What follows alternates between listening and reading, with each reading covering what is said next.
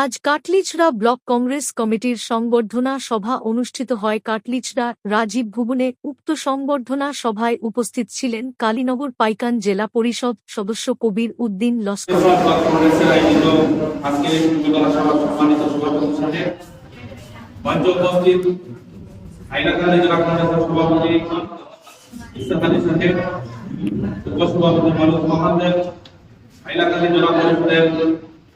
Chairperson প্রতিনিধি মন্নাখান ভাই, উপস্থিত ভাইস প্রেসিডেন্ট প্রতিনিধি আমার আব্দুল ভাই সহ কংগ্রেসের উচ্চ স্তরের নেতৃবৃন্দ, কাটলিছড়া ব্লকের বিভিন্ন স্তরের কর্মকর্তাবৃন্দ, কাটলিছড়া বিভিন্ন সম্প্রদায়ের আশা সম্মানিত কংগ্রেস প্রেমী নবসাধক, আজকে যেহেতু কাটলিছড়া ব্লক থেকে এখানে সংবর্ধনা সভার আয়োজন করা হয়েছে, এখানে আমরা সংগঠিত করা হয়েছে।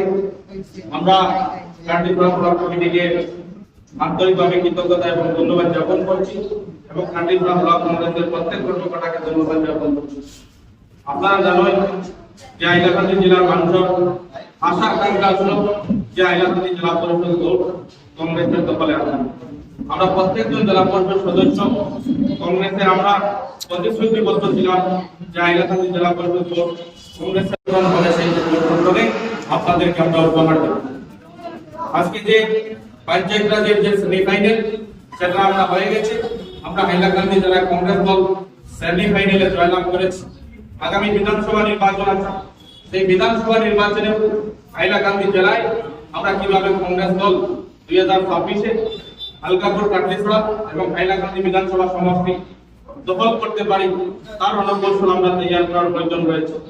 আমার মনে হয় হাইলাকান্দি জেলার প্রত্যেকটি ব্লক কংগ্রেস, মন্ডল কংগ্রেস, বুথ কংগ্রেস এবং যারা আমরা জেলা পরিষদ প্রতিনিধি আছি, নিশ্চয় আমরা আগামী 26 বিধানসভা নির্বাচনের জন্য আমরা কাজ করতে পারবো এবং আগামী দিনেও কংগ্রেস আমাদেরকে যেভাবে চলার পথ দিবে নিশ্চয় সেইভাবে আমরা চলবো।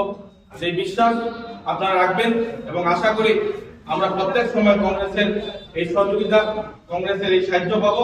নিশ্চয় আমরা জেলা পরিষদের প্রতিনিধি হিসাবে, জেলা পরিষদ মেম্বার হিসাবে যা করণীয় আছে কংগ্রেস দলের জন্য নিশ্চিত আমরা করে যাব।